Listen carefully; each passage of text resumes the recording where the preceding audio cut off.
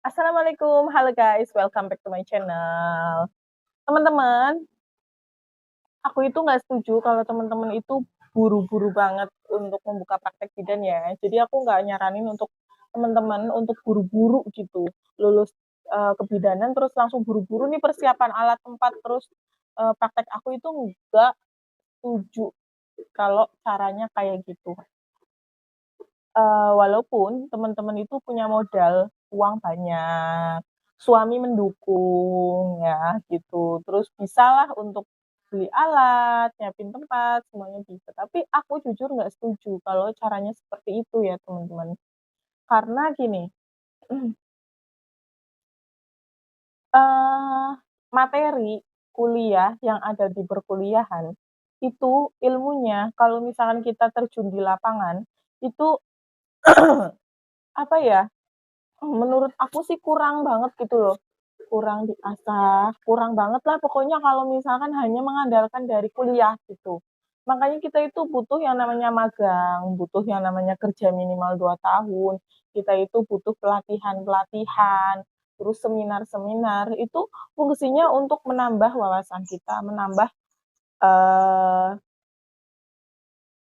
apa sih ya, pengalaman kita dalam hal kebidanan gitu.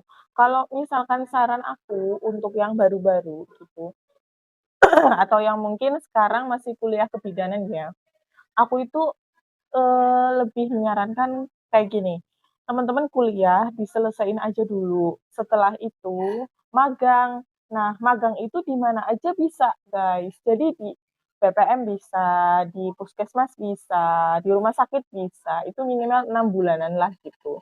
Biasanya magang itu nggak digaji ya teman-teman, jadi nggak usah kaget. Dimanapun biasanya sih kayak gitu, gitu. Karena kita kan butuh ilmu yang, didapat di situ, gitu. Jadi ya timbal baliklah dia itu dapat tenaga kita dapat ilmu yang bisa didapat dari tempat itu, gitu. Terus setelah magang, diusahakan kita itu kerja dulu ya teman-teman. Kerja juga di mana aja boleh,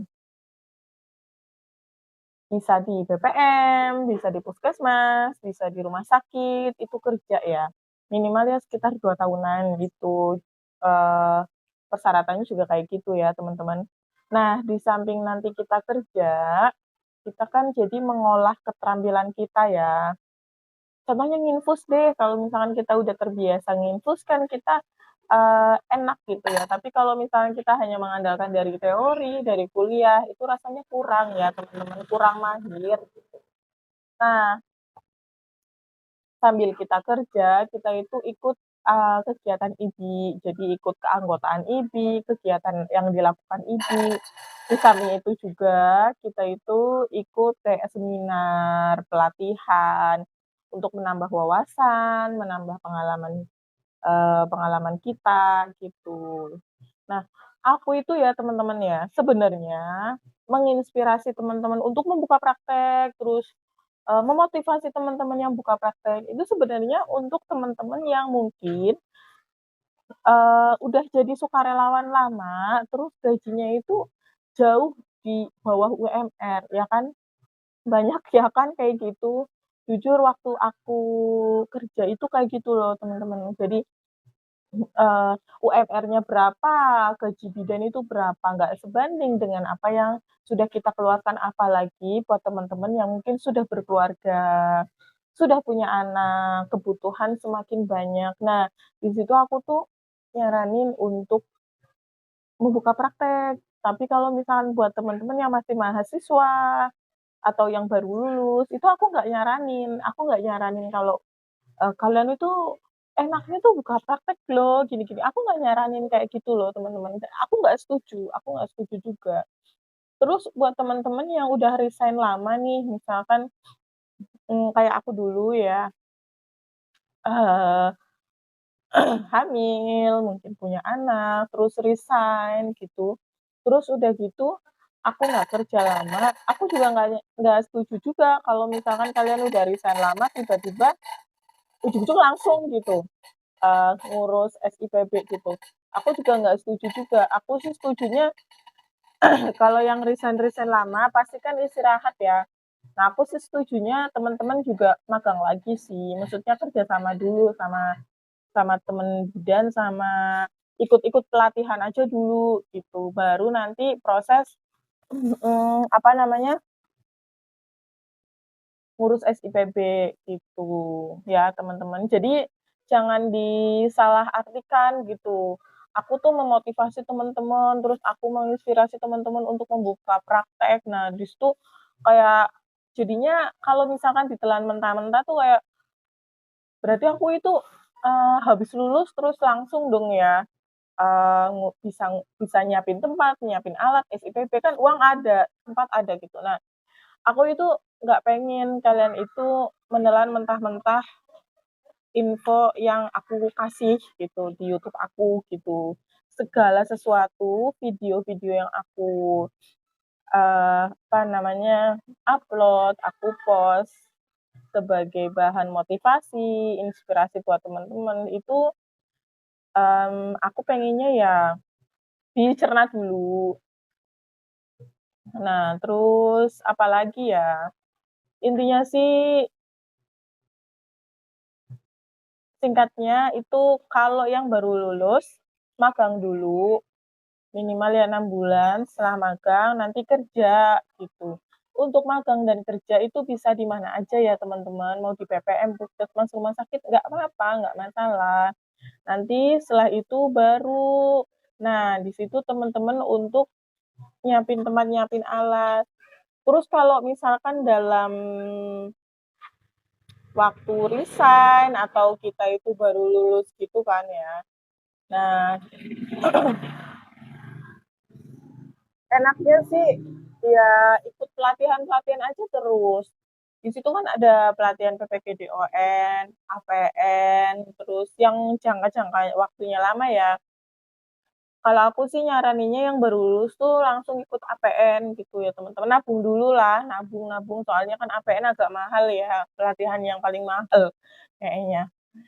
APN, PPKDON, CTU gitu. Nah, itu kan kalau misalkan teman-teman belum kerja, masih resign kan waktu waktunya banyak nih, waktu luangnya banyak dibanding dengan teman-teman yang udah kerja. Kalau misalnya udah kerja kan gimana ya, pasti waktunya itu agak keteteran karena kan kayak APN aja 10 hari. Jadi satu melelahkan juga, terus waktunya juga harus diluangkan lebih banyak gitu loh teman-teman. CTU juga ya sekitar 3 harian, PPKDON juga sama. Terus seminar biasanya ada yang seminar sehari gitu. Kalau misalkan teman-teman yang baru lulus atau yang lagi resign kerja, enak tuh ikut-ikut seminar, pelatihan-pelatihan kayak gitu. Atau mungkin passion kalian itu ada di baby spa, ya teman-teman ikut pelatihan baby spa gitu untuk modal kerja juga gitu loh teman-teman. Ya teman-teman, di sini sih aku kenapa ngomong kayak gini tuh biar tidak disalahartikan, biar tidak ditelan mentah-mentah. Jangan mentang-mentang kalian itu misal anak orang kaya, terus mungkin suaminya juga banyak duit, jadi pengalaman belum banyak, baru lulus gitu, terus langsung disupport sama suami untuk tempat dan lalu deh buka-buka kayak gitu, praktek. Nah itu um, aku nggak begitu setuju ya teman-teman kalau caranya kayak gitu. Jadi banyak-banyaklah kalau baru lulus itu banyak-banyaklah mencari pengalaman, mencari ilmu di PPM-PPM, rumah sakit atau puskesmas, atau mungkin teman-teman itu ikut misal lagi naik sepeda sama ayahnya lewat belakang kali, atau mungkin kegiatan-kegiatan IBI yang IBI laksanakan di situ banyak banget kegiatan positif, terus kita pengalaman di situ juga banyak gitu. Ya, semoga video aku ini bermanfaat ya buat teman-teman. Nggak boleh naik-naik ya. Semoga bermanfaat, semoga video-video yang udah aku tampilin ke teman-teman itu menginspirasi, terus memotivasi teman-teman, khususnya buat teman-teman yang udah lama jadi sukarelawan dan gajinya itu di bawah UMR. Semoga teman-teman diberikan rezeki yang lebih, yang berlimpah, terus teman-teman udah ada modal keterampilan, insyaallah teman-teman dikasih modal juga untuk membuka praktek, semoga juga kesejahteraan teman-teman makin meningkat gitu. Sampai jumpa di video selanjutnya ya. Dadah.